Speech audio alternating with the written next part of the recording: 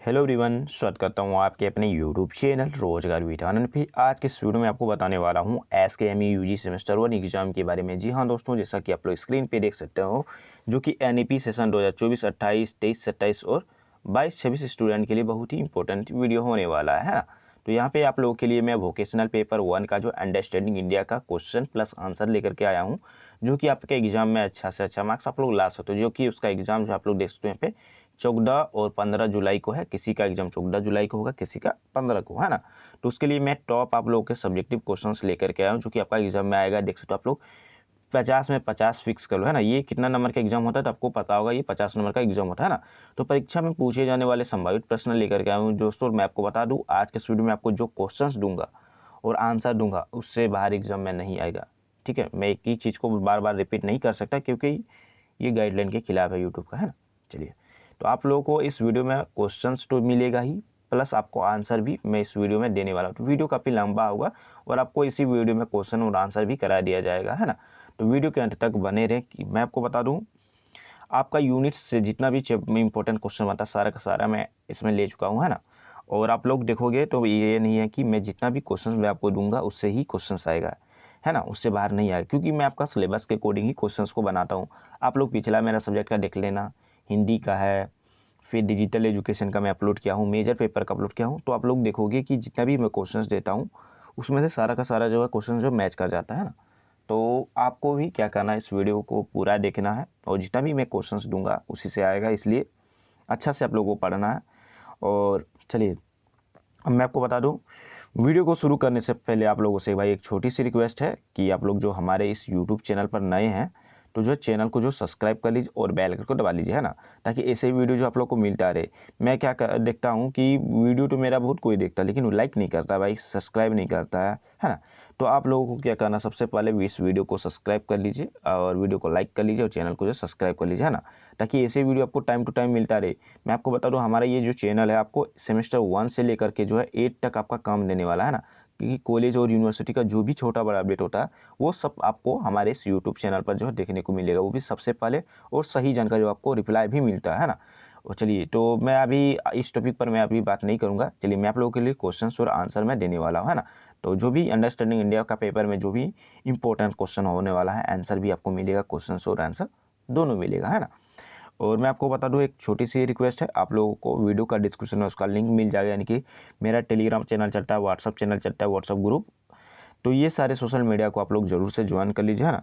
इससे क्या होगा कि जो भी छोटा बड़ा अपडेट आता है यूनिवर्सिटी और कॉलेज की ओर से, तो हर एक अपडेट आपको सबसे पहले जो है हमारे सोशल मीडिया अकाउंट में जो है देखने को मिलता है, टेलीग्राम चैनल, व्हाट्सअप चैनल पे। तो आप लोग उसको ज्वाइन जरूर से कीजिएगा। मैं आपको बता दूँ, इसका भी PDF आपको वहीं पर मिलेगा, है ना। तो चलिए, मैं आपको कुछ इसमें दे देता हूँ डिटेल्स। चलिए, मैं आपको क्वेश्चन और आंसर करा देता हूँ कि आखिर क्या क्या एग्जाम में पूछेगा, है ना। तो ये देख सकते हो, मैं PDF को ओपन कर रहा हूँ, जो कि मैं क्वेश्चंस बनाया हूँ। तो ये देख सकते हो, यहाँ पे मेरा जो पासवर्ड मांगा जाता है इस PDF में, है ना।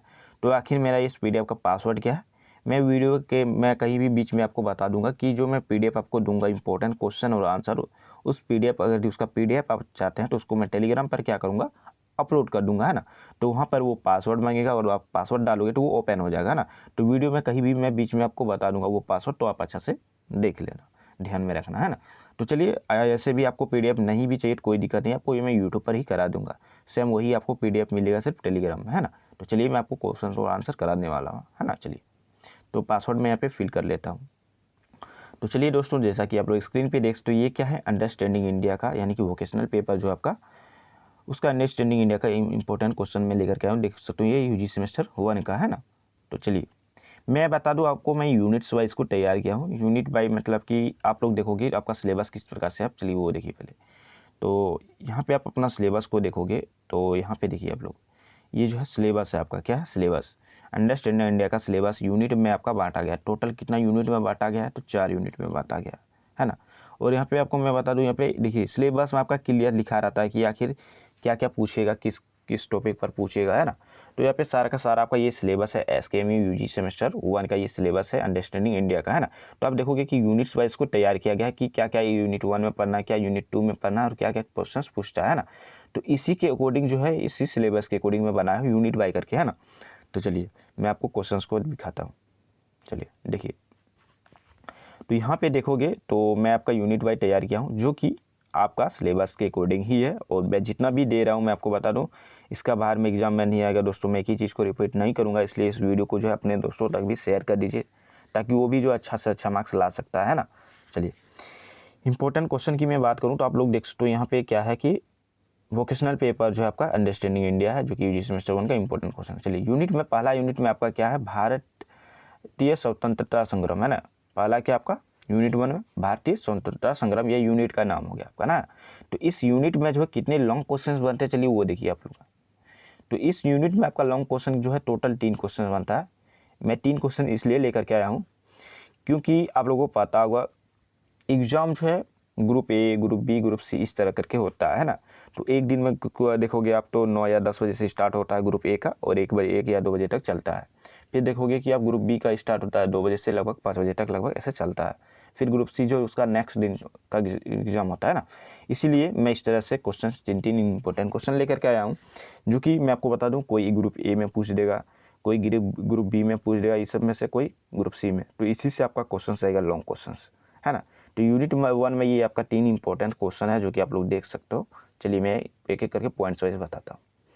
तो पहला क्वेश्चन आप देख सकते हो, इसमें क्या है कि असहयोग आंदोलन, सविनय अवज्ञा आंदोलन और भारत छोड़ो आंदोलन की तुलना कीजिए, है ना। तो आपको तुलना करना कि असहयोग आंदोलन क्या है, सविनय अवज्ञा आंदोलन क्या है और भारत छोड़ो आंदोलन क्या है ना। तो बहुत ही अच्छे अच्छे क्वेश्चन जो आप लोगों को देखने को मिलेगा। दूसरा क्वेश्चन है कि भगत सिंह के योगदान को क्रांतिकारी आंदोलन के संदर्भ में समझाइए, है ना। तो भगत सिंह का जो योगदान था क्रांतिकारी आंदोलन के संदर्भ में वो आपको समझाना है, क्या करना, समझाना है ना। तो क्वेश्चंस काफ़ी इंपॉर्टेंट है, ये तीनों में से आपका कोई भी एक पूछ देगा, है ना। तो ये तीनों ही ग्रुप के लिए इंपॉर्टेंट होने वाला है। किसी का ये ग्रुप ए में पूछ देगा, किसी का ग्रुप बी में, किसी का ग्रुप सी में। तो आप इस वीडियो को जो है लाइक कर लीजिए भाई, क्योंकि आप ही लोगों के लिए मैं मेहनत करता हूँ। और चैनल को जो सब्सक्राइब कर लीजिए, क्योंकि आप लोग को इतने अच्छे से मैं एक्सप्लेन कर रहा हूँ, है ना। चलिए, उसके बाद आप देखोगे इसका तीसरा क्वेश्चन है, नेताजी सुभाष चंद्र बोस और INA आज़ाद हिंद फौज, यानी कि INO का मतलब हो गया, क्या हो गया, INA का मतलब आज़ाद हिंद फौज, है ना। तो की भूमिका पर निबंध लिखिए, है ना। इसके भूमिका पर क्या क्या करना आपको, निबंध लिखना। किसके ऊपर, तो नेताजी सुभाष चंद्र बोस और INA के की भूमिका पर क्या करना आपको, निबंध लिखना, है ना। चलिए, मैं आपको बता दूं इस वीडियो में क्वेश्चन आंसर दोनों कराने वाला हूं, इसलिए वीडियो लंबा होगा, लेकिन जानकारी आपको सही मिलेगा और इससे बाहर नहीं आएगा, इसलिए आप लोग वीडियो को फुल वॉच कीजिए। चलिए, यहाँ पे आप एक चीज़ देखोगे, तो इस यूनिट जो पहला यूनिट है, इस यूनिट से 5 नंबरिया में मैं इंपॉर्टेंट क्वेश्चन लेकर के आया हूँ 3, जो कि इसी से आएगा। चलिए, तो इसमें देख सकते हो 5 नंबरिया में भी इंपॉर्टेंट क्वेश्चन क्या क्या है। तो देखिए, भारत छोड़ो आंदोलन का उद्देश्य क्या था, है ना। ये 5 नंबरिया क्वेश्चन आप अच्छा से जो है लिखोगे, लगभग 1 पन्ना लिखोगे तो आपको 5 नंबर मिल जाएगा। उसके बाद देखोगे असहयोग आंदोलन की भूमिका के देख सकते, असहयोग आंदोलन की प्रमुख विशेषता लिखिए। असहयोग जो आंदोलन था उसका क्या करना, प्रमुख क्या करना, विशेषताओं को लिखना। उसके बाद देखोगे कि सुभाष चंद्र बोस और महात्मा गांधी में अंतर लिखना। सुभाष चंद्र बोस और महात्मा गांधी पर क्या करना, आपको अंतर लिखना। उसके बाद देखिए शॉर्ट क्वेश्चन जो 1 नंबरिया या 2 नंबरिया बनता है, वो देखिए किस तरह से बनेगा, है ना। तो क्या क्या पूछा जाता है, देखिए इसमें भी मैं 3 क्वेश्चन बना के लेकर आया हूँ, इसमें से कोई एक आएगा। तो ऐसे करके आएगा सारा का सारा, जेब में जितना भी क्वेश्चन दे रहा हूँ 3 करके दे रहा हूँ, जिसमें से एक अब करके आपका आएगा ही। तो मैं आपको कितना आसान कर दिया हूँ, आप समझ सकते हो, है ना। देखिए, तो यहाँ पे देखिए पहला क्वेश्चन इसमें क्या है, वेरी शॉर्ट टाइप में है, जो कि ऑब्जेक्टिव टाइप में पूछा जाएगा 1 या 2 नंबर में, है ना। तो यहाँ पे देखो, करो या मरो का नारा किस आंदोलन से जुड़ा है, ये आपको बताना है ना। उसके बाद आप देखोगे कि भगत सिंह की देख सकते हो शहादता की तारीख क्या थी, ये आपको बताना है। उसके बाद देखोगे कि INA की स्थापना कहाँ हुई थी। तो ये 1 नंबरिया में आपका पूछेगा 1 या 2 नंबर में, है ना। चलिए, उसके बाद देखिए आपका यूनिट 2 अब यहाँ पे स्टार्ट हो चुका है, क्या, यूनिट 2। तो यूनिट 2 में क्या क्या पूछेगा, तो यहाँ पे 10 नंबरिया क्वेश्चन में मैं भी 3 क्वेश्चन लेकर के आऊँ, तो उसमें से कोई एक आएगा। ऐसे ही करके मैं सारा का सारा जितना भी यूनिट है सब में 3 क्वेश्चन लेकर के आया हूँ, जो कि एक आएगा ही, है ना। चलिए, उसके बाद देखिए भारत की योजना अवधियों में आर्थिक योजनाओं की प्रमुख उपलब्धियां क्या रही है, आपको ये बताना। उसके बाद आप देखोगे कि नई आर्थिक नीति 1991 की प्रमुख विशेषताओं को क्या करना, आपको समझाना है ना। उसके बाद देखिए नेक्स्ट क्वेश्चन तीसरा है कि यहाँ पे भारत में रोजगार सृजन के लिए शुरू की गई योजनाओं की चर्चा कीजिए, है ना। तो भारत में जो रोजगार सृजन के लिए जो योजना शुरू की गई है, आपको ये बताना है, इसके बारे में क्या करना है, चर्चा करना है ना। चलिए, उसके बाद इसमें देखिए शॉर्ट क्वेश्चन जो क्या क्या बनता है 5 नंबरिया में। तो गरीबी हटाओ कार्यक्रम का उद्देश्य क्या था, है ना। तो गरीबी जो हटाओ उसका उद्देश्य क्या, यहाँ पे कार्यक्रम जो हुआ था उसका उद्देश्य क्या था, ये आपको बताना। उसके बाद आप देखोगे कि मनरेगा योजना क्या है, आपको ये बताना है। मनरेगा योजना तो काफ़ी आसान आसान है। देखोगे नव अवधारीकरण नीति के 3 घटक कौन कौन से, आपको ये बताना है ना।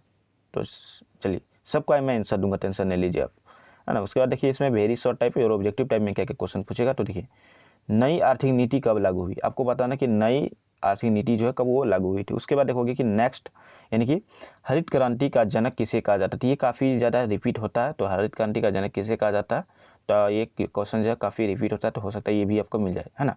उसके बाद NITI नेक्स्ट एलोंग की स्थापना कब हुई, आपको ये बताना है ना। चलिए उसके बाद देखोगे कि यूनिट 3 आपका जो स्टार्ट हो गया। यूनिट 3 में देख सकते हो यहाँ पे क्या है कि संविधान और नागरिक, है ना, क्या है संविधान और नागरिक की भूमिका, है ना। तो उसमें से आपको क्या क्या क्वेश्चन बनता रही है। तो इसमें लॉन्ग क्वेश्चन आपका 3 बनता है, जो कि आप देखोगे तो यहाँ पे भारतीय संविधान की प्रस्तावनाओं की व्याख्या कीजिए, है ना। तो ये ज़्यादातर इसमें भी रिपीट होता है, इसकी ये भी आपका आने की ज़्यादा संभावना है ना। चलिए उसके बाद आप देखोगे कि यहाँ पे मौलिक अधिकार और मौलिक कर्तव्यों को में अंतर, है ना। मौलिक जो अधिकार है उसमें कर्तव्यों में क्या क्या अंतर है, ये आपको बताना है। उसके बाद देखो कि भारतीय लोकतंत्र में नागरिकों की भूमिका क्या है। भारतीय जो लोकतंत्र है उसमें नागरिकों की क्या भूमिका, ये आपको बताना। उसके बाद देखिए इसमें शॉर्ट क्वेश्चन क्या क्या बनता है। तो इसमें देखिए धर्मनिरपेक्ष का अर्थ क्या है, ये आपको बताना है। न्याय, स्वतंत्रता, समानता, इन मूलों का महत्व क्या है, ये आपको बताना है। देख सकते हो उसके बाद है कि लोकतंत्र में मतदान की क्या भूमिका है ना, लोकतंत्र में मतदान की क्या भूमिका, ये आपको बताना। शॉर्ट क्वेश्चन इसमें क्या बनता है, तो देखते हो संविधान सभा के अध्यक्ष कौन थे। तो ये क्वेश्चन ज़्यादातर रिपीट होता है, आप लोग ये सब याद कर लीजिए, है ना। 1 नंबर यहाँ पूछेगा। उसके बाद देखोगे संविधान कब लागू हुआ है, बहुत ही आसान सवाल है। उसके बाद देखोगे तीसरा कि मौलिक अधिकारों की कुल संख्या कितनी है, ये आपको बताना है। चलिए उसके बाद देखते हो यूनिट 4 आपका जो स्टार्ट हो चुका है, जिसमें से आप लोग देखते हो भारतीय ज्ञान परंपरा एवं शिक्षा की नीति, ये आपका आएगा, है ना। तो इसमें से क्या क्या आता है, देखिए भारतीय ज्ञान परंपरा की प्रमुख विशेषता को स्पष्ट कीजिए, है ना। इसके बारे में क्या करना आपको स्पष्ट करना, ज्ञान परंपरा के बारे में। तो आप देखोगे इसमें जो है ज़्यादातर क्वेश्चन ये 2022-26 सेशन वालों के साथ ये क्वेश्चन पूछा गया है ना। तो ये भी पूछेगा, हो सकता है दोबारा रिपीट कर दे, है ना, क्योंकि नई शिक्षा नीति के बारे में बहुत किसी को जानकारी नहीं है, इसलिए पूछा जाए कि ताकि स्टूडेंट को जो समझ में आ सके कि आखिर नई शिक्षा नीति जो क्या है, NEP क्या है, सेशन क्या है, इसमें क्या क्या होता है। तो ये आपको प्रमुख बातों को जो बताना है ना। तो ये क्वेश्चन जो है फिर से हो सकता है रिपीट कर दे, क्योंकि ये अगले साल पूछा गया। चलिए देखोगे कि वर्तमान भारतीय शिक्षा प्रणाली की समस्या और समाधान करना है। वर्तमान में जो भारत में शिक्षा प्रणाली है इसकी समस्या बताना है और आपको समाधान करने का उपाय बताना है ना। तो काफ़ी आसान आसान सवाल आप खुद से भी बना के लिख सकते हो। देखिए 5 नंबर या क्वेश्चन में इसमें क्या क्या पूछेगा यूनिट 4 में। तो देखो गुरुकुल प्रणाली की विशेषता बताइए। गुरुकुल जो है उसके प्रणाली को क्या बताना, विशेषता को बताना। उसके बाद देखो ये नई शिक्षा नीति में मल्टी डिसिप्लिन एजुकेशन यानी कि देख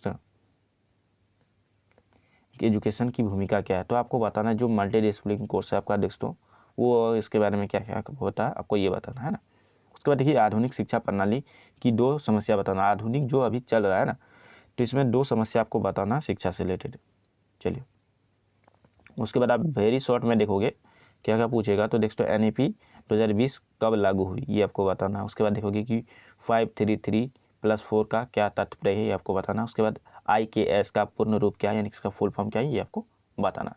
तो चलिए मैं जितना भी क्वेश्चंस दिया हूँ इसका मैं आंसर भी आपको देने वाला हूँ, है ना। तो वीडियो के अंत तक आप लोग बने रहें और एक एक करके आप लोग पॉइंट्स को समझिए। जितना भी क्वेश्चंस दिया हूँ इससे से आएगा आपका एग्जाम में, है ना, जो कि आप समझ सकते हो। कितना में कितना आएगा देख लीजिए आप लोग, है ना, कितना में कितना आएगा।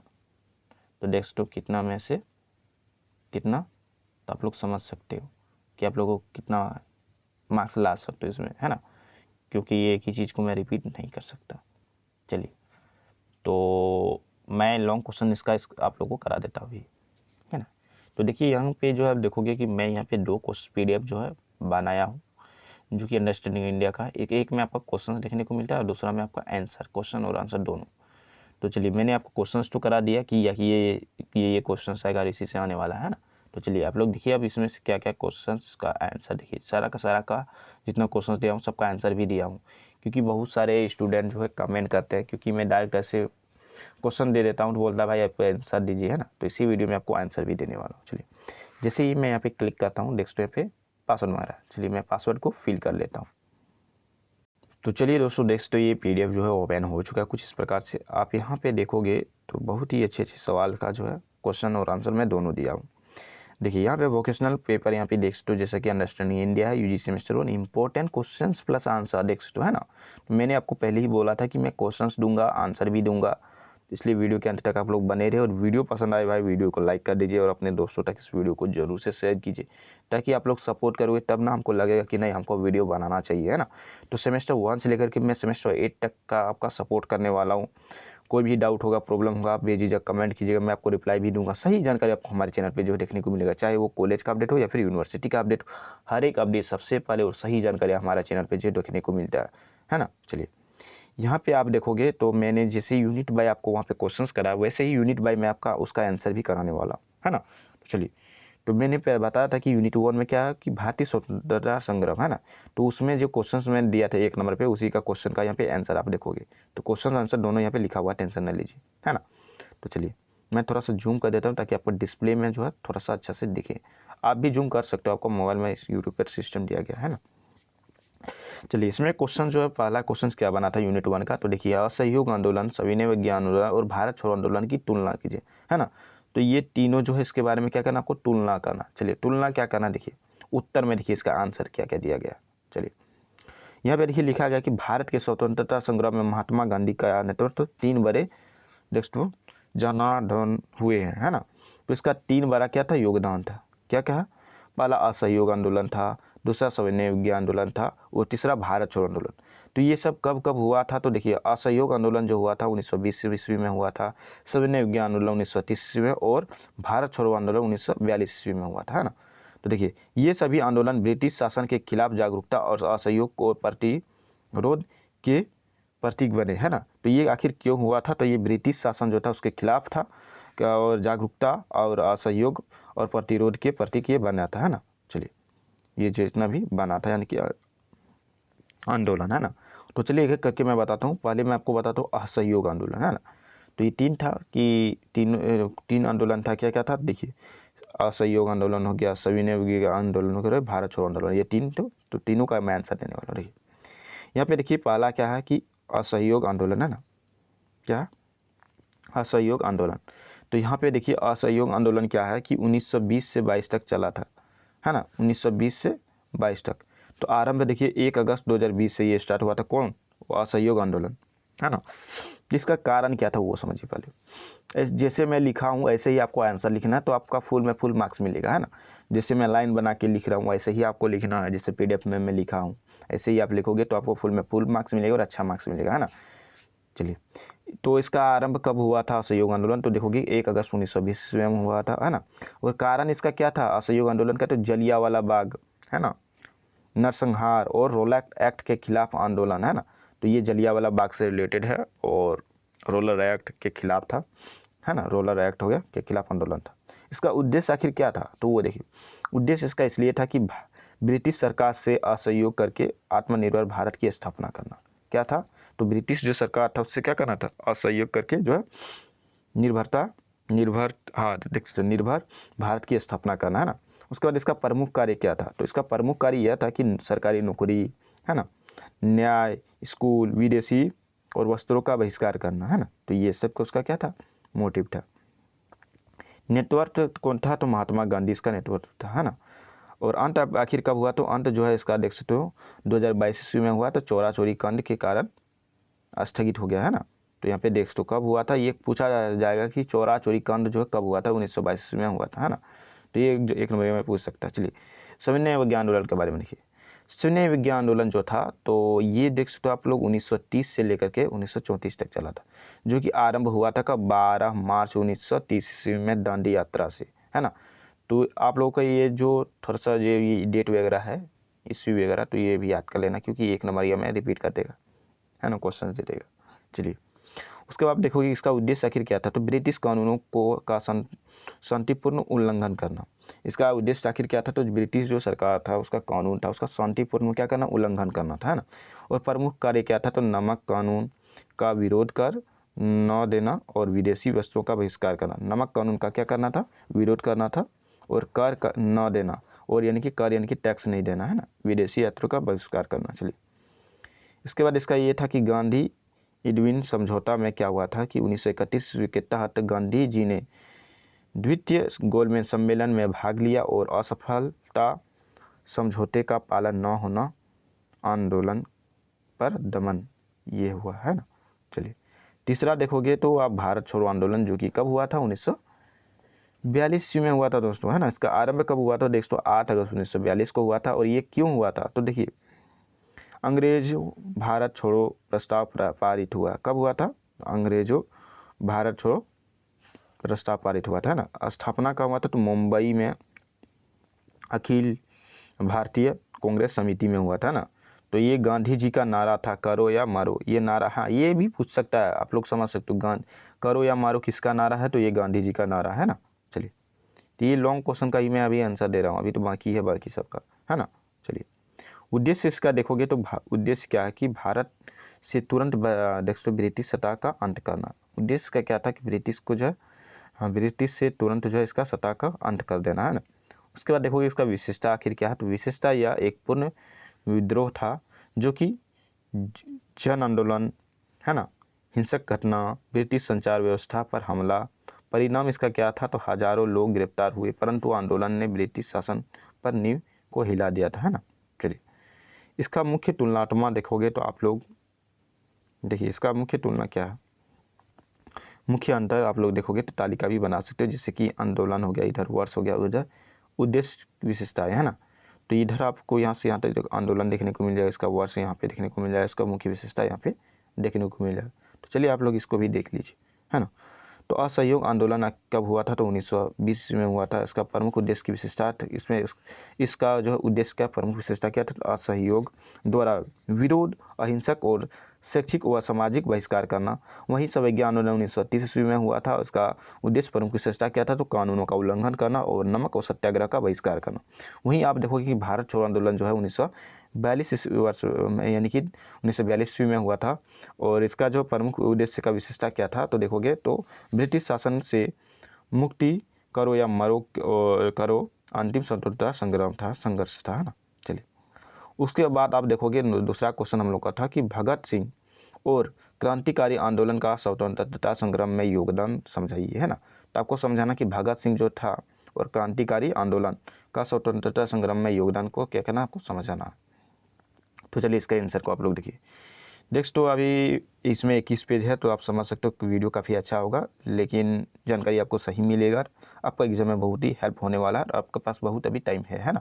तो इसलिए इस वीडियो को पूरा देखिएगा, ताकि आपको अच्छे से अच्छे मार्क्स आप ला सकते हो, है ना।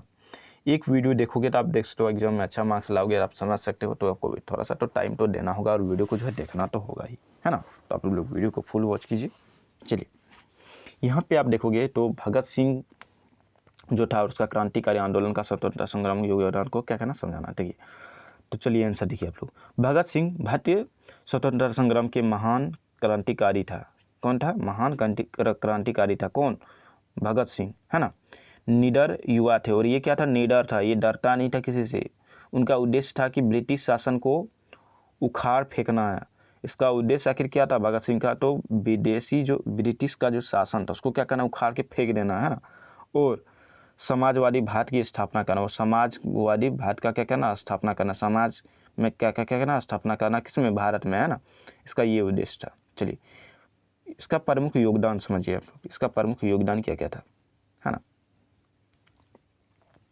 तो देखिए पहला यहाँ पे देखिए कि क्रांतिकारी संगठन से जुड़ाव था। क्या था इसका, क्रांतिकारी संगठन से जुड़ाव, यो प्रमुख योगदान में। तो देखिए भगत सिंह हिंदुस्तान सोशलिस्ट और रिपब्लिकन देख एसोसिएशन, है ना, एसोसिएशन लिखा है, HSRA से जुड़े और युवाओं को देशभक्ति की भावना को जगाए, है ना। इसका क्रांति का संगठन का जुड़ाव क्या था कि देशभक्ति का भावना क्या करना, जगाना हिंदुओं में, है ना। तो ये था इसका उद्देश्य। उसके बाद आप देखोगे कि दूसरा पॉइंट इसका क्या है, तो लाला लाजपत राय की मृत्यु का बदला, है ना। तो अब जो उसका मृत्यु हुआ था किसका, देखोगे लाला लाजपत राय का, है ना।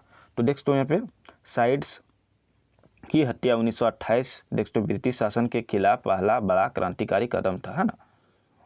चलिए, उसके बाद आप देखोगे कि असेंबली में बम फेंकना। उसके बाद क्या था, इसका प्रमुख क्या क्या था, तो देखिए तीसरा है कि असेंबली जो हुआ था वहाँ पे में बम फेंकना, है ना। कब फेंका था, तो 1929 ईस्वी में। देखिए भगत सिंह और देखो यहाँ पे भगत सिंह और कौन था, एक देखो बटुकेश्वर दत्त ने दिल्ली की असेंबली में बम फेंका, है ना, बिना किसी को हानि पहुंचाए, ताकि सरकार को चेताया जा सके, है ना।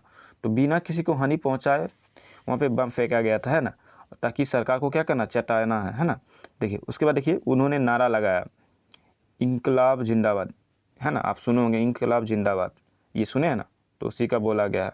चलिए उसके बाद आप देखोगे अदालत में विचारधारा का प्रचार, है ना। अदालत में क्या कर रहा था, विचारधारा का प्रचार किया था। देखिए जेल में रहकर भी उन्होंने अदालत को अंग्रेजी शासन के खिलाफ एक मंच के रूप में इस्तेमाल किया। और ये देख सो अदालत में रह करके भी देख सकते हो आप लोग क्या किया था कि अंग्रेज़ों के शासन के खिलाफ क्या किया था, एक मंच का के रूप में इस्तेमाल किया था, है ना।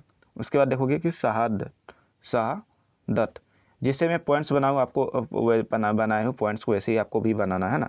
तो शहादत क्या है देख सकते हो, 23 मार्च 1931 को भगत सिंह, सुखदेव और राजगुरु को फांसी दी गई, है ना। तो शहादत जो था उसका क्या है, भगत सिंह, सुखदेव को और राजगुरु को क्या हुआ था, फांसी दी गई थी। तो कब दिया था, तो 23 मार्च 1931 को। और उनकी शहादत ने युवाओं को क्रांति के लिए प्रेरित किया। और उसका जो शहद हुआ था, तो उसको शहद के कारण क्या हुआ कि ये युवाओं को क्या हुआ कि क्रांतिकारी के लिए प्रेरित हो गया, है ना, क्रांति के लिए प्रेरित हो गया, यानी कि उजागर हो गया वो। इसका महत्व क्या था, तो महत्व यही था दोस्तों, देख सकते हो आप लोग। चलिए महत्व ये था कि उन्होंने स्वतंत्रता संग्राम को केवल राजनीति नहीं, सामाजिक और आर्थिक न्याय के रूप में देखा। और उनका योगदान भारतीय क्रांतिकारी आंदोलन का आधार बन गया। तो ये आखिर महत्व इसका क्या बना, तो आप लोग देखते हो इसका राजनीति का ये नहीं था, इसका उद्देश्य था कि समाज और आर्थिक न्याय को जोड़कर देखना, है ना। तो इसीलिए इसका ये चला। चलिए उसके बाद आप देखोगे कि नेताजी जी सुभाष चंद्र बोस और आज़ाद हिंद फौज का स्वतंत्रता संग्राम में योगदान। तो नेताजी जो सुभाष चंद्र बोस था और आज़ाद सिंह फौज, तो इसका स्वतंत्रता संग्राम का में योगदान क्या था वो देखिए। चलिए आंसर में आप देखोगे तो बहुत ही अच्छे सवाल देखने को मिलेगा आपको। चलिए देखिए, सुभाष चंद्र बोस को नेताजी कहा जाता है, सुभाष चंद्र बोस को क्या कहा जाता है, नेताजी भी कहा जाता है। बहुत ही अच्छे पॉइंट्स बना के लिखना आपको। वे एक प्रकार की राष्ट्रवादी संगठन का करता और भारतीय स्वतंत्रता के लिए बलिदान देने वाले महान नेता थे। क्या था वो, तो आप लोगों को ये रिपीट आप लोगों को 2 से 3 बार दिखाइए। इस लाइन को लिखोगे तो आराम से आपको 1 नंबर जरूर मिलेगा। इसलिए आप लोग इस लाइन को अच्छा से याद कर लेना कि सुभाष चंद्र बोस को क्या कहा जाता है, नेताजी भी कहा जाता है। वे क्या थे, एक प्रकार की राष्ट्रवादी थे, संगठनकर्ता थे और भारतीय स्वतंत्रता के लिए बलिदान देने वाले महान नेता थे। वो बलिदान देने वाला भी क्या था, स्वतंत्रता के लिए महान नेता था। चलिए प्रमुख इसका योगदान देखिए, इसका प्रमुख क्या देखिए आप लोग, योगदान को देखिए। तो प्रमुख योगदान क्या था, तो भारतीय राष्ट्रीय कांग्रेस में भूमिका था इसका, है ना। तो कांग्रेस के 2 बार अध्यक्ष बना, क्या बना था, 2 बार अध्यक्ष। कब का, तो 1938 में और 1939 में। देख सकते हो गांधी जी के वैचारिक मतभेद, गांधी जी देख सकते हो गांधी अहिंसा के पक्ष में थे और बोस सशस्त्र संघर्ष के, है ना। चलिए उसके बाद देखो दूसरा पॉइंट, फॉरवर्ड ब्लॉक की स्थापना। तो ये कब हुआ था, 1939 में हुआ था। उन्होंने कांग्रेस से अलग होकर एक नया राजनीतिक मंच बनाया। और ये कांग्रेस से अलग होकर के क्या बनाया, एक नया क्या बनाया, राजनीतिक मंच बना दिया, है ना। उसके बाद देखिए तीसरा पॉइंट, जर्मन और जापान में मदद से आज़ाद हिंद फौज का गठन।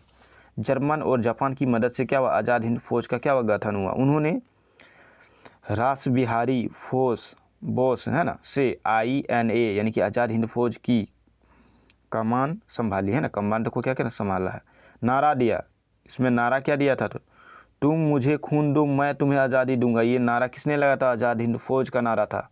बहुत ही अच्छे सवाल हैं, देख सकते हो आप लोग, ये सुने होंगे कभी ना कभी ये डायलॉग, है ना। चलिए उसके बाद देखिए, अंडमान निकोबार द्वीप, है ना, को स्वतंत्रता घोषित करना। इसका क्या स्वतंत्रता घोषित करना, उन्होंने द्वीपियों को शहीदों और स्वराज द्वीप नाम दिया, है ना। इसको क्या नाम दिया, स्वराज द्वीप। उसके बाद देखिए ब्रिटिश भारत पर हमला, है ना। उसके बाद उसका फिर उस था क्या, तो ब्रिटिश भारत पर क्या करना, हमला करना, है ना।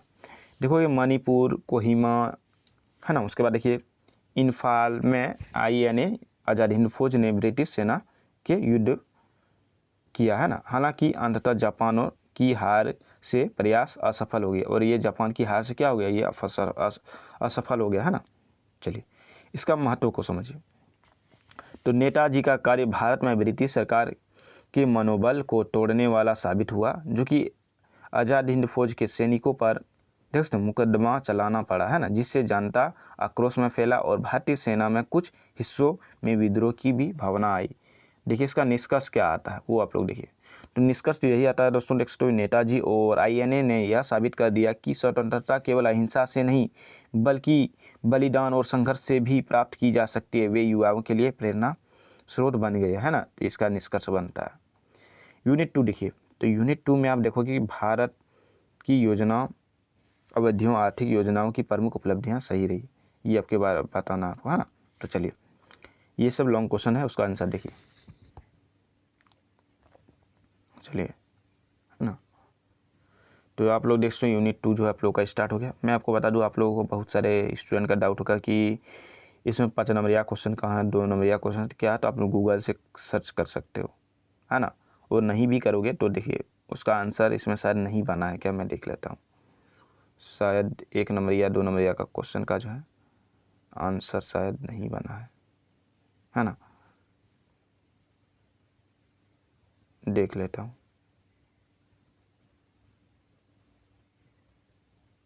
हाँ, है ना। तो देखोगे तो इसमें जो आंसर आप लोगों का जो 2 नंबरिया क्वेश्चन था और 5 नंबरिया का, इसमें आंसर नहीं दिया गया है।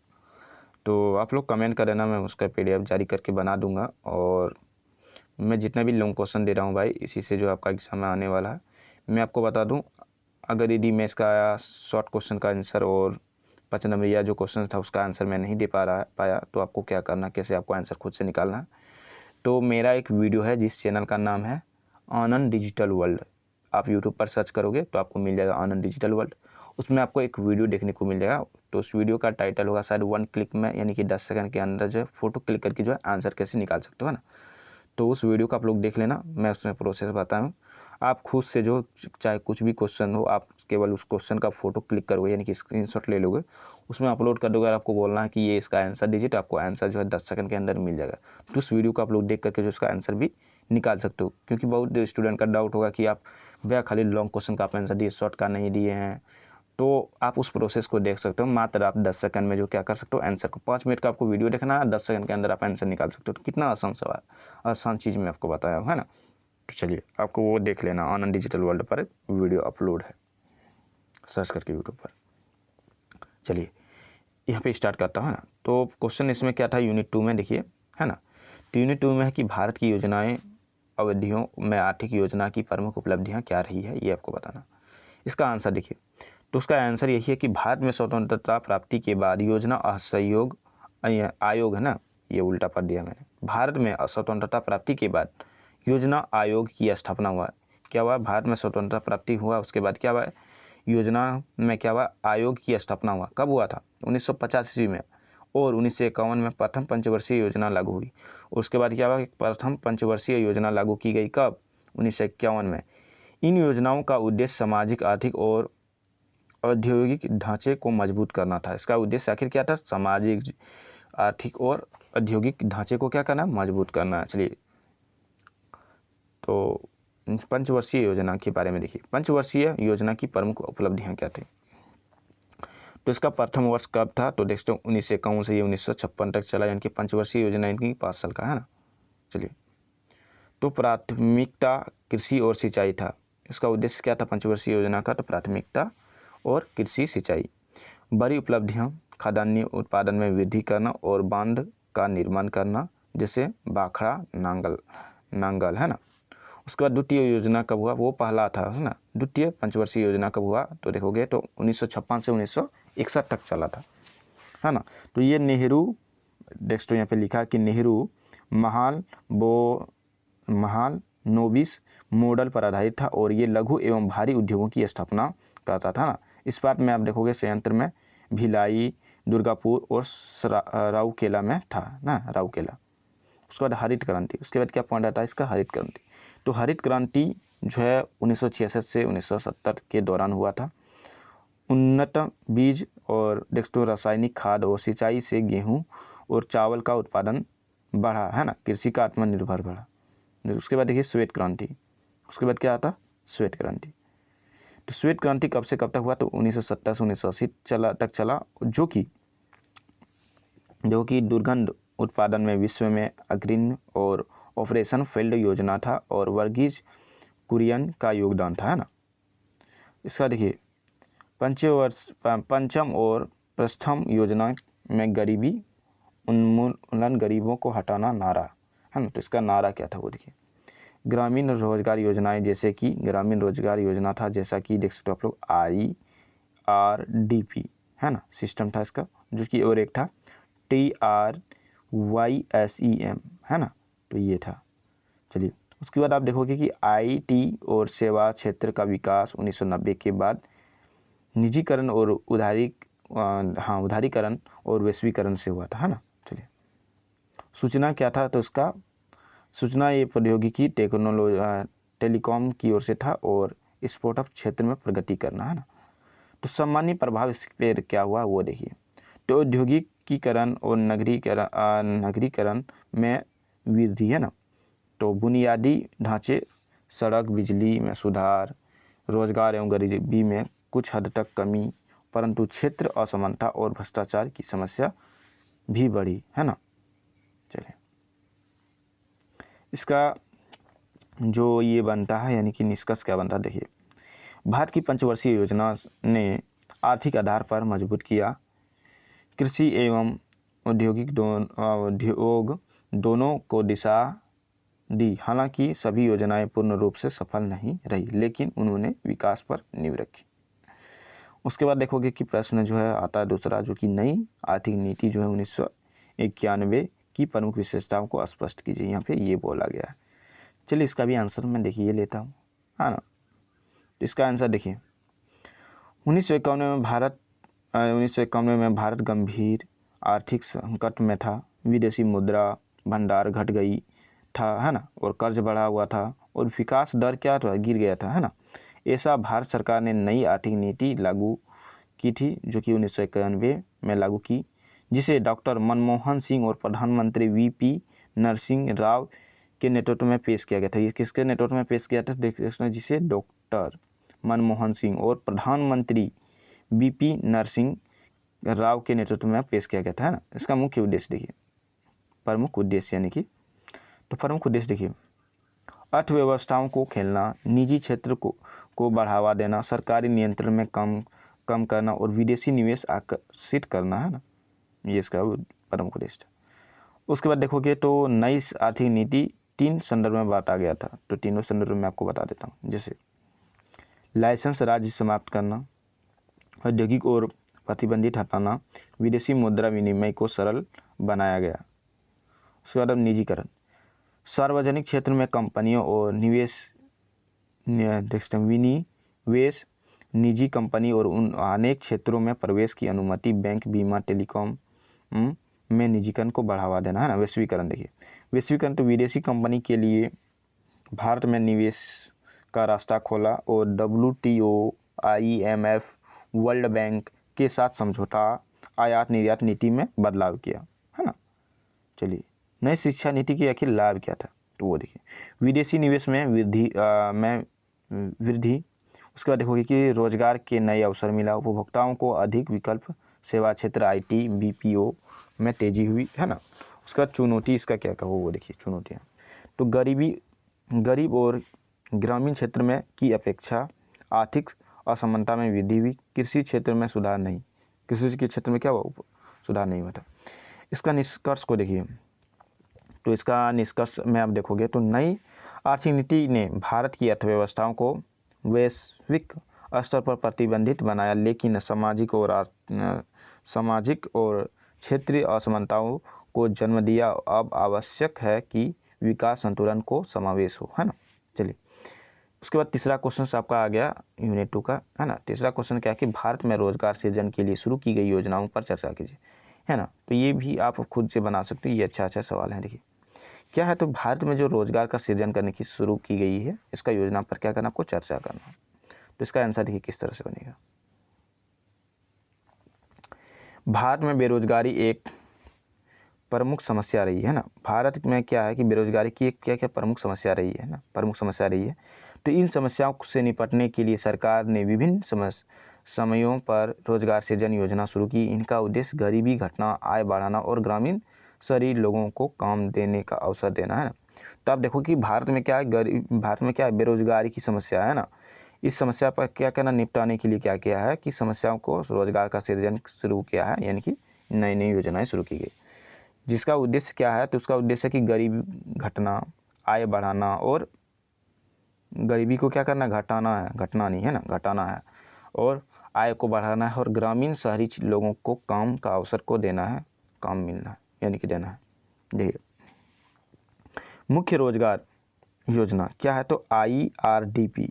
तो ये क्या होता है, इसका फुल फॉर्म आप देख सकते हो, है ना। तो यहाँ पे देख सकते हो, यहाँ पे लिखा है कि IRDP का है तो इंटीग्रेटेड रूरल डेवलपमेंट प्रोग्राम, है ना। तो ये शुरू कब हुआ था, तो ये एक नंबर में पूछ भी सकता है, तो आप इस फुल फॉर्म को भी याद रख लेना होगा। तो चलिए, शुरू ये कब हुआ था, तो 1978 में हुआ था, और इसका उद्देश्य क्या था, तो गरीब ग्रामीण परिवारों को स्वरोजगार देना और प्रशिक्षण में ऋण और सब्सिडी प्रदान करना, है ना। उसके बाद दूसरा पॉइंट आप देखोगे कि TRYSEM, है ना। तो ये क्या था, तो ग्रामीण युवाओं को कौशल प्रशिक्षण देना और रोजगार को क्या करना, प्रोत्साहित करना। उसके बाद आप देखोगे नरेगा, अब नरेगा NREGS, नरेगा को मनरेगा बोला जाता है ना। तो ये कब हुआ था, 2005 में हुआ था, और ये क्या था, हर ग्रामीण परिवार को 100 दिन का मजदूरी कार्य पारदर्शी ढंग से रोजगार उपलब्ध कराना। और ये मनरेगा अधिनियम कब हुआ था, तो 2005 में हुआ था, और इसका उद्देश्य क्या था कि हर ग्रामीण परिवार को जो है 100 दिन का मजदूरी कार्य जो है पारदर्शी ढंग से रोजगार उपलब्ध कराना था, है ना। इसका उद्देश्य था कि 100 दिन आपको काम कराना है, उसका पैसा भी देना है ना। उसके बाद आप देखोगे कि चौथा पॉइंट है यहाँ पे PMEGP, है ना, यानी कि इसको बोल सकते हो आप, इसका फुल फॉर्म तो प्रधानमंत्री रोजगार सृजन कार्यक्रम। तो ये क्या था, देखिए स्वरोजगार के लिए वित्तीय सहायता और ग्रामीण और शहरी क्षेत्रों में छोटे छोटे उद्योग की स्थापना करना, है ना, छोटा छोटा क्या करना, फैक्ट्री वगैरह बनाना। उसके बाद देखिए स्टेप अप स्किल्स, यानी कि स्किल्स इंडिया, है ना, नई पीढ़ी के लिए स्टार्टअप आधारित रोजगार, युवाओं को रोजगार देने के बजाय नौकरी बनाने वाला बनाना, है ना, नौकरी देने वाला बनाना है। प्रभाव इसका क्या कर पाया, तो लाखों ग्रामीणों को मजदूरी कार्य, है ना। इसका प्रभाव क्या पड़ा, लाखों ग्रामीणों का क्या हुआ, मजदूरी कार्य हुआ, मजदूरी कार्य, है ना। उसके बाद देखिए युवा वर्ग को प्रशिक्षण और आत्मनिर्भर बनाने में दिशा प्रगति हुई, लेकिन कई योजनाएं भ्रष्टाचार, कागजी कार्रवाई और प्रभावी निगरानी के अभाव में कमज़ोर भी रही, और बहुत सारा क्या कागज वगैरह किसी के पास नहीं था, भ्रष्टाचार होने लगा, प्रभावी गिरने लगा, है ना, इसका अभाव था, कमज़ोर हो रही थी। निष्कर्ष का क्या बनता था वो देखिए, तो निष्कर्ष इसका यही बनता है कि रोजगार सृजन योजना भारत में गरीबी को कम करने और सामाजिक स्थिरता लाने में सहायक रही है, परंतु उन्हें अधिक पारदर्शी और परिणाम मूलतः बनाने में आवश्यकता है ना। उसके देखिए understanding India the consolation of rural citizen, है ना। ये तीसरा यूनिट आपका स्टार्ट हो चुका है, जो कि आपको प्रस्तावना से रिलेटेड है, जो कि ये आएगा ही।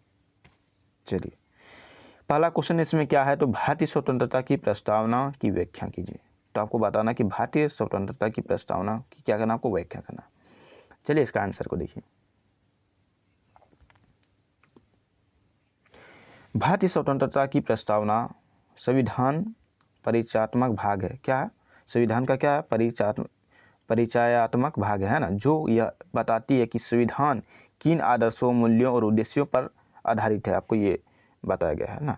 तो ये संविधान के निर्माण की भावना, लक्ष्य और दर्शन को स्पष्ट करती है। चलिए तो आप लोग पता होगा कि आप लोग जो कल सरकारी स्कूल में आपको पढ़ाया होगा प्रस्तावना भारत का, है ना।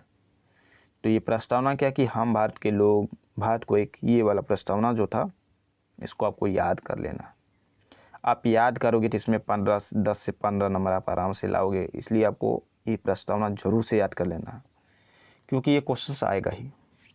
क्योंकि हर बार पूछा गया कि मैंने देखा कि 2023-27 वालों के साथ पूछा, फिर 22-26 वालों के साथ पूछा, तो आपका भी पूछने की ज़्यादा संभावनाएं हैं आपके सेशन में, है ना। क्योंकि मैं खुद एग्ज़ाम दे चुका हूँ, 22-26 वाला सेशन मेरा है, तो मैं खुद एग्ज़ाम दे चुका हूँ, इसलिए मैं आपको बता रहा हूँ। और मेरा इस सब में नॉलेज है, इसलिए मैं आप लोग के साथ ये शेयर करता हूँ, है ना।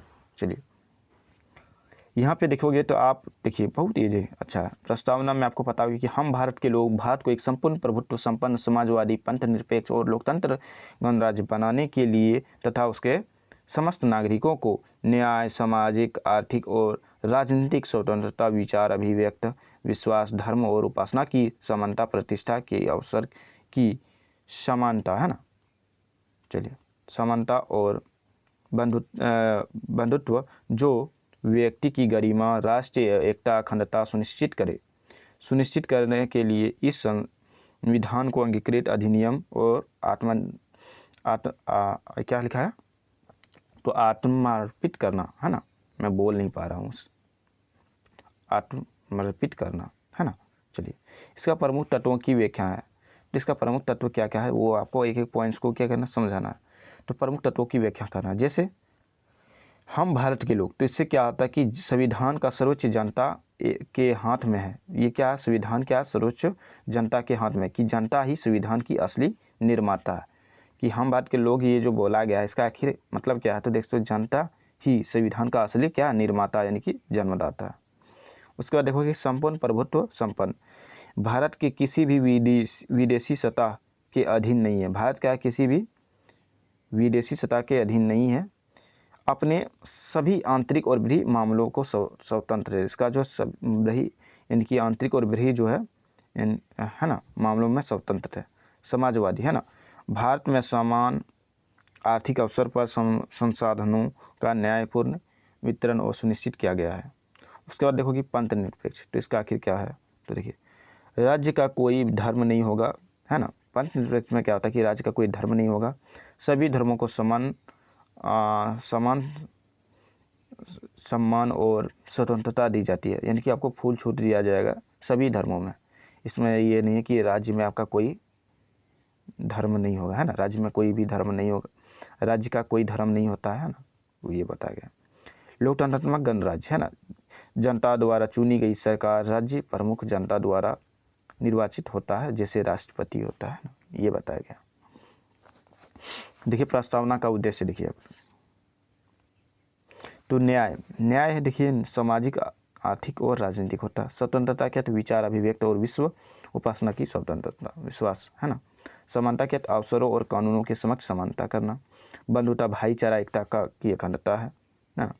इसका निष्कर्ष क्या बनता है, देखिए संविधान की प्रस्तावना भारत की आत्मा है और यह हमारे लोकतंत्र की नींव है, जो नागरिक को उनके विचार, उनके अधिकारों, कर्तव्यों और मूल्यों की याद दिलाती है ना। देख सकते हो आप लोगों का दूसरा क्वेश्चन जो स्टार्ट हो चुका है, जो कि आप लोग देख सकते हो मौलिक अधिकार, जिसको फंडामेंटल राइट्स और मौलिक कर्तव्यों यानी कि फंडामेंटल ड्यूटीज़ में अंतर आपको बताना है ना। तो ये मौलिक कर्तव्य जो है और मौलिक अधिकार, इसके बारे में क्या करना, अंतर आपको स्पष्ट करना। चलिए अंतर क्या क्या है, उत्तर देखिए आप लोग। मौलिक अधिकार और मौलिक कर्तव्यों में दोनों में भारतीय संविधान के महत्वपूर्ण भाग है। ये क्या है, भारतीय संविधान का क्या एक प्रमुख भाग है ना। जहाँ मौलिक अधिकार नागरिक और संरक्षण और स्वतंत्रता प्रदान करते हैं, वहीं मौलिक कर्तव्य नागरिकों की जिम्मेदारी को बताते हैं ना। चलिए इसका आप लोग एक एक पॉइंट देखिए। पहला क्या, मौलिक अधिकार, तो मौलिक अधिकार को इंग्लिश में फंडामेंटल्स राइट्स कहा जाता है, जिसको संविधान के भाग 3 में रखा गया। अनुच्छेद संख्या आप देखोगे तो 12 से 35 तक है ना। चलिए यहाँ पे देखोगे कि नागरिकों को सामाजिक, राजनीतिक और व्यक्तिगत स्वतंत्रता अदालत द्वारा संरक्षित किया गया, जो कि कुल मौलिक अधिकार है।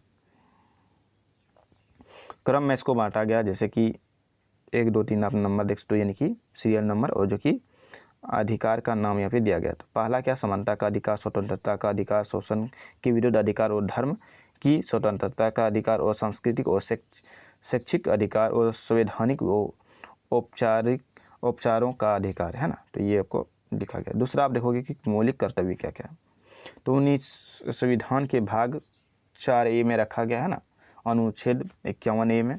तो ये देखोगे तो 1976 में 42वें संशोधन द्वारा जोड़ा गया है, जो कि कुल मौलिक कर्तव्य क्या है, 10 है।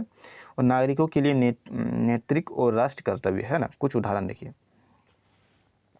संविधान का पालन करना, राष्ट्रीय ध्वज और राष्ट्रीय गान का सम्मान, है ना। प्राकृतिक पर्यावरण की रक्षा, वैज्ञानिक सोच को बढ़ावा देना, मातृभूमि और संस्कृति को ढंढोर कर समझना, है ना। तो अब अंतर देखिए। आधार, मौलिक अधिकार, मौलिक कर्तव्य, है ना। चलिए, तो यहाँ पे आप देखोगे तो इसका थोड़ा सा छोटा कर देता हूँ ताकि आपको दिखिए। देखिए, इस साइड में आपका आधार दिखेगा, इस और यहाँ पे दिखेगा इसका मौलिक अधिकार का कर्तव्य और मौलिक अधिकार, है ना। तो यहाँ पे देख सकते हो। तो जिससे प्रकृति, है ना, इस तरह से यहाँ पे पॉइंट्स दिया गया। देखिए, प्रकृति अधिकार, संरक्षण, जिम्मेदारी, कर्तव्य, है ना। तो इसका परिवर्तन न्याय द्वारा लागू किया गया, तो न्याय द्वारा बाध्य नहीं है। और उद्देश्य है तो स्वतंत्रता की सुरक्षा और राष्ट्र निर्माण का असहयोग, है ना।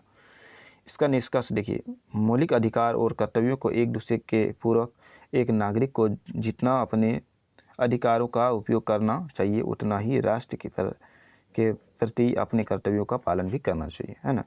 उसके बाद देखिए, इसका तीसरा क्वेश्चन है कि नागरिकों की लोकतंत्र की व्यवस्था की भूमिका की चर्चा कीजिए, है ना। तो देखिए, इसमें क्या है। तो भारत एक लोकतांत्रिक गणराज्य है जहां जनता सर्वोच्च है, जैसे कि हर नागरिकों की भूमिका लोकतंत्र को मजबूत बनाने और राष्ट्रीय निर्माण का अत्यंत महत्वपूर्ण है। इसकी भूमिका को देखिए, लोकतंत्र में नागरिकों की क्या भूमिका रही है। तो पहला क्या, मतदान करना, यानी कि वोटिंग जिसको हम लोग बोलते हैं ना। तो संविधान प्रदत्त अधिकार है जो कि सही प्रतिनिधि चुनने से शासन व्यवस्था पारदर्शी और जिम्मेदारी बनती है। दूसरा देखोगे कि कानूनों का पालन, नागरिकों को कानूनों का पालन कर आदर्श समाज बनाना। तीसरा पॉइंट है कि सार्वजनिक संपत्ति की रक्षा, ट्रेनों, सड़कों और विद्यालयों की आदि का देखभाल सभी नागरिकों की जिम्मेदारी है ना। राष्ट्रीय एकता और अखंडता बनाए रखना, धर्म, जाति और भाषा के ऊपर उठकर देश हित में कार्य करना। संवैधानिक मूल्यों का पालन, तो सभी स्वतंत्रता, समानता, बंधुता जैसे मूल्यों को व्यवहार में लाना है। उसका देखिए, रचनात्मक आलोचना और जन भागीदारी, सरकार की नीतियाँ, जागरूकता और रचनात्मक आलोचना, RTI, जन आंदोलन, सुझावों के माध्यम से भागीदार करना। निष्कर्ष का क्या बनता है वो देखिए। लोकतंत्र केवल एक व्यवस्था नहीं बल्कि नागरिकों के सहयोग और जिम्मेदारी पर आधारित है। एक जीवंत प्रणाली है। जब नागरिक जागरूकता, उत्तरदायी और निष्पावन होंगे तभी राष्ट्र प्रगति करेगा, है ना। देखिए, आप लोग का अब चौथा जो है यूनिट स्टार्ट हो चुका है, तो बहुत ही जल्द आपका ये समाप्त हो जाएगा क्वेश्चन आंसर। तो वीडियो के अंत तक बने रहे भाई। अभी तक वीडियो को लाइक नहीं किए हैं, वीडियो को लाइक कर दीजिए जो है। और चैनल को जो सब्सक्राइब नहीं किया तो चैनल को जो सब्सक्राइब कर दीजिए, ताकि मैं वो क्वेश्चंस आपको दे रहा हूँ जो कि आपका एग्जाम में आएगा, है ना। और जो कि आपका बहुत ही मदद होने वाला है इससे जो आपका क्वेश्चंस आएगा, क्योंकि मैं सिलेबस पे आधारित ही क्वेश्चंस को रेडी किया हूँ। और आप देखना कि क्वेश्चन जो आपका मैच करेगा ही। चलिए, वो देखिए, पहला क्वेश्चन क्या है। तो भारतीय ज्ञान प्रणाली की अवधारणा और अनुप्रयोग की व्यवस्था कीजिए, है ना। व्याख्या करना, व्यवस्था नहीं, व्याख्या करना, है ना। इसका आंसर देखिए।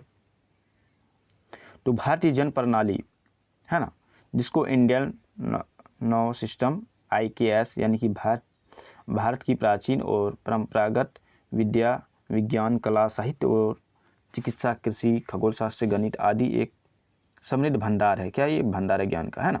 ये सब क्या था, सब आप लोग सुने, कला हो गया, साहित्यिक हो गया, चिकित्सा, कृषि, खगोल शास्त्र हो गया, है ना, गणित हो गया, ये सब है। यह ज्ञान न केवल पुस्तक पर आधारित था बल्कि अनुभव और परंपरा पर आधारित है ना। ये क्या है कि पुस्तक पर आधारित नहीं है बल्कि ये क्या है, अनुभव पर आधारित है ना, परंपरा पर। देखिए, भारतीय ज्ञान प्रणाली की परिभाषा है क्या है ना। तो भारतीय ज्ञान प्रणाली की परिभाषा देखिए। भारतीय ज्ञान प्रणाली उस समग्र ज्ञान परंपरा को कहते हैं जो भारत में प्राचीन काल से लेकर के वर्तमान तक विभिन्न क्षेत्रों में विकसित हुई है ना। आप देखो कि भारतीय का जो ज्ञान प्रणाली उस समग्र को कहा जाता है, जो कि ज्ञान परंपरा को कहते हैं ना। ज्ञान परंपरा क्या है कि जो भारत में प्राचीन काल से लेकर के जो है अभी तक आप देखोगे तो विभिन्न क्षेत्रों में विकसित भी हुआ है ना। यह प्रणाली वेदों, उपनिषद, आयुर्वेद है ना, वास्तु, संगीत, योग, नाटक शास्त्र आदि ग्रंथों में परंपरा में पाई गई जाती है, और ये सभी में क्या पाया जाता है। चलिए देखिए, आप देखोगे तो इसका प्रमुख क्षेत्र और अनुप्रयोग देखिए, जैसे कि क्षेत्र का नाम दिया गया, उदाहरण दिया गया, जैसे आयुर्वेद। तो आयुर्वेद में आप लोग देखोगे कि चरक संहिता हो गया, श्रुत संहिता हो गया, प्राकृतिक चिकित्सा हो गया, है ना। गणित में आप देखोगे कि शून्यों का आविष्कार हो गया, दशमलव पद्धति हो गया, आर्यभट्टा ने किया था, जो कि भास्माचार्य हो गया। खगोल शास्त्र क्या था, तो नक्षत्रों की गणना, ग्रहों की गति का ज्ञान। उसका देखोगे योग, पतंजलि योग सूत्र, है ना, तो इसमें शारीरिक और मानसिक स्वस्थ, है ना, स्वस्थ। उसका देखोगे वास्तुशास्त्र, तो भवन निर्माण की परंपरा पद्धति। उसका देखिए शिक्षा गुरुकुल प्रणाली, तो नैतिक शिक्षा का व्यापार ज्ञान, व्यवहारिक की ज्ञान, है ना। कृषि, प्राकृतिक कृषि यानी कि पंचांग आधारित खेती, है ना। उसके बाद देखोगे कि भाषा और व्याकरण, तो पाणिनि और अष्टाध्यायी संस्कृति भाषा की वैज्ञानिक संरचना हुआ। इसका प्रभाव क्या, प्रभाव और उपयोगिता देखिए क्या क्या। तो देखिए इसमें है कि IKS न केवल शारीरिक व मानसिक स्वास्थ्य पर आधारित है, बल्कि यह सतत विकास, प्राकृतिक, सामाजिक और नैतिक मूल्यों पर को भी महत्व देता है ना। वर्तमान शिक्षा IKS को शामिल करने के लिए छात्रों को स्वदेशी समाधान, प्राकृतिक चिकित्सा और संस्कृति की समझ मिलेगी। निष्कर्ष का देखिए, तो भारतीय ज्ञान प्रणाली की सांस्कृतिक धरोहर है। यदि इसे आधुनिक शिक्षा में जोड़ा जाता है तो भारत को आत्मनिर्भर और वैश्विक नेटवर्क के लिए तैयार भी कर सकते हैं ना। देखिए उसके बाद आता है दूसरा क्वेश्चन, जो कि यूनिट 4 का है। इसमें आप देखो कि भारतीय शिक्षा प्रणाली की विशेषताएं और समस्या को स्पष्ट करके आपको बताना है। इसका आंसर देखिए, भारत की शिक्षा प्रणाली एक ऐतिहासिक परंपरा है, जो कि गुरुकुल से लेकर के शुरू होकर आज डिजिटल शिक्षा तक पहुंच चुकी है ना। समय के साथ इनमें कई परिवर्तन हुए हैं, लेकिन अभी भी इसमें अनेक चुनौतियां बनी हुई हैं। जैसे कि देखिए, पारंपरिक शिक्षा प्रणाली की विशेषता को पहले समझे। तो विशेषता विवरण देखिए। गुरुकुल, गुरु शिष्य परंपरा शिक्षा व्यक्तिगत, नैतिक और व्यवहारिक होती थी, है ना। आश्रम या गुरुकुल, विद्यार्थी जंगल में रहकर शिक्षा ग्रहण करते थे। समग्र विकास, चरित्र ज्ञान, योग, शारीरिक और आध्यात्मिक विकास, निःशुल्क शिक्षा विद्या सेवा रूप में दी जाती थी, है ना। मातृभाषा में कैदेक्ष, संस्कृत, पाली और प्राकृत में अध्ययन किया जाता था। आधुनिक में आप देखोगे तो अंग्रेजों के समय शुरू हुई, जो कि स्कूल, कॉलेज, विश्वविद्यालय पर आधारित, डिग्री पर आधारित प्रणाली बना, है ना। तो इसमें देखो कि प्रतियोगिता आधारित और पुस्तक के ज्ञान पर आधारित पर यह निर्भर था ना। वर्तमान शिक्षा क्या है, तो आप देखोगे समस्या विवरण देखिए। तो रोजगार की कमी, शिक्षा नौकरी नहीं देती है। शिक्षा क्या कहते हैं, रोजगार। देखिए रोजगार की कमी हो गया। उसके बाद देखिए शिक्षा जो है नौकरी नहीं देती, केवल डिग्री देती है। व्यवहार ज्ञान का अनुभव है, वहीं केवल सैद्धांतिक पढ़ाई पर जोर, है ना। रटंत प्रणाली, उसके बाद सोचने समझने की स्वतंत्रता नहीं, निजीकरण, महंगी शिक्षा और असमानता बढ़ी, मातृभूमि की अपेक्षा अंग्रेजों से पर अत्यधिक निर्भरता, है ना। इसका निष्कर्ष देखिए। तो निष्कर्ष का यही है कि भारतीय शिक्षा प्रणाली को फिर से समग्र, नैतिक, व्यवहारिक बनाना, आवश्यक आधुनिक तकनीकों के साथ पारंपरिक मूल्यों में समावेश का इसका समाधान करना, है ना। देखिए ये तीसरा जो क्वेश्चन है, ये एग्जाम में आने की ज़्यादा संभावनाएं हैं, तो इसको आप याद कर लीजिए। जो कि देख सकते हैं राष्ट्रीय शिक्षा नीति, जो कि नेशनल एजुकेशन पॉलिसी आप लोग का है, अभी न्यू एजुकेशन पॉलिसी जो आप लोग बोल सकते हो ना, 2020 की ये प्रमुख विशेषता है ना। चलिए इसका आंसर को देखिए। राष्ट्रीय शिक्षा नीति, है ना, NEP जिसको बोलते हैं, NEP 2020 भारत द्वारा 34 वर्षों बाद लागू की गई। ये कब लागू हुआ, तो 34 वर्ष बाद लागू किया गया। पॉइंट कुछ समझिए, इसमें आप आराम से 10 से 15 नंबर उठाओगे, इसलिए इस पॉइंट को जरूर से समझिए, है ना। तो यहाँ पे आपको समझने की ज़रूरत है। तो देखिए राष्ट्रीय शिक्षा नीति कब हुआ था, 1920 में हुआ था, है ना। तो ये क्या है कि भारत सरकार द्वारा क्या 34वें वर्षों के बाद, यानी कि 34 वर्ष बाद हुआ, ये कितना 34 वर्ष बाद लागू की गई, है ना, ऐतिहासिक शिक्षा नीति। इसका उद्देश्य है कि भारत की शिक्षा को समावेश, आधुनिक, है ना, आधुनिक, लचीला करना और रोजगार परक और नैतिक मूल्यों पर आधारित बनाना, है ना। इसका प्रमुख विशेषता को आप देखिए, तो कुछ इस प्रकार से कोड देकर बनाया गया है। जैसे कि नई संरचना आप देखोगी 5+3+3+4, है ना। तो ये क्या है कि स्तर है शिक्षा का, मतलब देखिए इसमें आधारभूत, यानी कि 3 वर्ष प्री प्राइमरी, है ना। ये 3 वर्ष का आधारित होगा कि प्री प्राइमरी, 2 वर्ष कक्षा होगा, जैसे कि कक्षा 1 और 2, है ना। उसके बाद प्रारंभिक शिक्षा क्या होगा, 3 से 5 क्लास तक होगा, यानी कि उसके बाद माध्यमिक मध्य कक्षा कब होगा, तो 6 से 8 तक होगा आपका। और वो मध्य था, है ना, ये 6 से 8 क्या था, मध्य था। और माध्यमिक जो है 9 से 12 तक आपका होने वाला। चलिए इसमें क्या क्या होता है देखिए, मातृभाषा में शिक्षा, यानी कि आपका भाषा में ही आपको शिक्षा दी जाएगी। जैसे कि कक्षा 5 तक शिक्षा मातृभाषा स्थानीय भाषा में दी जाएगी। आपका जो कक्षा आप लोग 5 तक रहोगे तो आपको मातृभाषा, यानी कि आपके एरिया में जो भाषा बोला जाता है, स्थानीय जो भाषा है, उसी के आधार पर आपको सिखाया जाएगा, है ना। ये NEP के अंदर आता है। उसके बाद इसका तीसरा पॉइंट देखो कि व्यवहारिक शिक्षा और कौशल का विकास, है ना। उसके बाद आप देखोगे कि कक्षा 6 से जो है छात्रों को कक्षा 6 से ही कौशल पर आधारित होगा, जैसे कि बढ़ईगिरी, कोडिंग, सिलाई दी जाएगी, है ना। आपको ये सब शिक्षा दिया जाएगा कि सिलाई कैसे होता है, बढ़ईगिरी कैसे होता है, कोडिंग कैसे होता है, ये सब, है ना। उसके बाद आप देखोगे कि चौथा क्या है कि शिक्षा में आप देखोगे कि मल्टी डिसिप्लिन, है ना, पढ़ने, है ना। तो यहाँ पे देखिए छात्र विज्ञान, कला, वाणिज्य के साथ साथ पढ़ सकते हैं। अब राइट सिस्टम नहीं है ना। अब आपको ये सिस्टम नहीं कि आपको यही पढ़ना है, कोई भी आप पढ़ सकते हो, कला, वाणिज्य, आपको जो भी पढ़ना है पढ़ सकते हो। डिजिटल लर्निंग को बढ़ावा देना, है ना। उसके बाद क्या है कि आपको डिजिटल के रूप में लेके जाएगा, जैसे कि ऑनलाइन शिक्षा। आप लोग जैसे यूट्यूब पर मेरा पढ़ रहे हो, ऑनलाइन शिक्षा ले रहे हो। दीक्षा एक एप्लीकेशन आता है जिसका प्लेटफॉर्म का नाम है दीक्षा, है ना। वो प्ले स्टोर पर आपको मिल जाता है, वहाँ पे भी डिजिटल तरीके से पढ़ाया जाता है ना। प्लेटफॉर्म हो गया वो, उसका डिजिटल सामग्री जैसे कि मैं देता हूँ आपको, ये हो गया। उसके बाद उच्च शिक्षा में परिवर्तन, तो सभी उच्च शिक्षण संस्था जैसे डिसिप्लिनरी होंगे, 4 वर्षीय डिग्री जो होगा, जो कि एकेडमिक क्रेडिट बैंक में आपका पाठ्यक्रम होगा, जो कि आप लोगों को पता होगा, जिसको हम लोग बोलते हैं ABC ID कार्ड, है ना, अपार ID कार्ड। तो ये 4 वर्ष का डिग्री होता है कौन, सभी उच्च शिक्षण संस्था, यानी कि ग्रेजुएशन जो आप करते हो। एकल नियामक संस्था जो कि HECI होता है। उसके बाद देखोगे तो शिक्षक प्रशिक्षण और नियुक्ति में सुधार होगा, जो कि शिक्षकों को तकनीकों और नैतिक दोनों प्रशिक्षण, TET अनिवार्य और B.Ed एकीकृत पाठ्यक्रम है ना। निष्कर्ष देखिए, तो इसका निष्कर्ष क्या बनता है कि राष्ट्रीय शिक्षा नीति 2020 भारत को 21वीं सदी का ज्ञान और अर्थव्यवस्था के अनुरूप बनाने के लिए दूरदर्शी पहल है, और इसका उद्देश्य है कि global citizen with Indian value तैयार करना, है ना। तो देख सकते हैं दोस्तों, आप लोगों का जो है जितना भी मैं क्वेश्चंस दिया था सारा का सारा मैंने आपको आंसर भी करा दिया इस वीडियो में।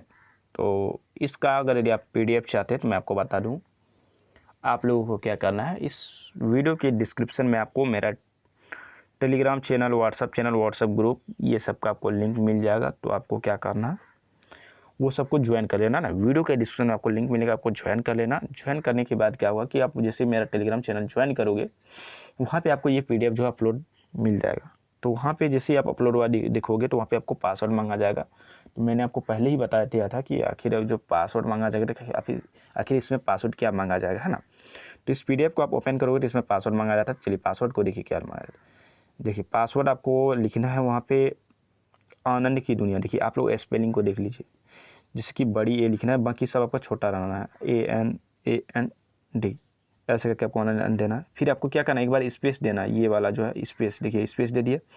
उसके बाद आपको क्या करना है, आपको लिखना है फिर बड़ा के लिखना है, बाकी सब छोटा रहना है ना। उसके बाद आई दे देना, KI मतलब की, है ना। फिर स्पेस देना है। उसके बाद लिखना है आपको दुनिया, फिर बड़ा D देना, बाकी सब छोटा, DUNIYA, है ना। तो यहाँ तक आपको लिख करके इसे इतना तक कॉपी करके पेस्ट कर दोगे, या फिर इतना ही लिख करके जो है ओपन करोगे। जैसे मैंने यहाँ पे कॉपी किया, देखिए मैं आपको लाइव ओपन करके दिखाता हूँ। जैसे ये PDF हो गया, मैं यहाँ पे क्लिक करता हूँ, देखिए तो यहाँ पे मैं डालूंगा और ये ओपन पे मैं जैसे ही क्लिक करता हूँ ये ओपन हो गया है ना। तो यही है मेरा पासवर्ड जो है ना। और आप कमेंट भी करोगे टेलीग्राम में तो मैं वहाँ पर भी मैं आपको पासवर्ड लिख करके भेज दूँगा, है ना। और आपके मन में कोई भी सवाल है, क्वेश्चन हो, डाउट हो तो बेझिझक जो है कमेंट कीजिएगा, मैं आपको रिप्लाई दूंगा। मैं आपको बता दूं मेरा चैनल पे जो 24 से 48 घंटों में आपको रिप्लाई मिल जाता है। हर एक जितना भी कमेंट करता आप लोग देखोगे वीडियो में, सब कुछ रिप्लाई मिलता है, चाहे वो कोई भी अपडेट हो, एग्जाम से रिलेटेड हो, कॉलेज से अपडेट हो, कुछ भी अपडेट हो भाई, है ना। कुछ भी अपडेट हो कॉलेज और यूनिवर्सिटी से रिलेटेड तो आप पूछ सकते हो, मैं आपको रिप्लाई दूंगा, सही जानकारी जो है देने वाला है ना। तो उम्मीद करता हूँ ये वीडियो आपको पसंद आया। अगर वीडियो पसंद आए वीडियो को लाइक कर दीजिए, चैनल को सब्सक्राइब कीजिए, अपने दोस्तों तक शेयर कीजिए ताकि वो आपके दोस्त जो है इस वीडियो को देख करके अच्छा मार्क्स ला सकते और आपको बोलेंगे थैंक यू दोस्त भेजने के लिए, जो कि आपका आप जो वीडियो भेजे ये काफ़ी इन्फॉर्मेटिव था और अच्छा से अच्छा मार्क्स आप ला सकते हो अपने दोस्तों तक भेज के। आपका दोस्त भी खुश हो जाओगे, आप भी खुश हो जाओगे, इसलिए इस वीडियो को ज़्यादा से ज़्यादा शेयर कीजिए। मिलते फिर नई वीडियो में नई टॉपिक के साथ, तब तक के लिए जय हिंद दोस्तों, आपका दिन शुभ हो।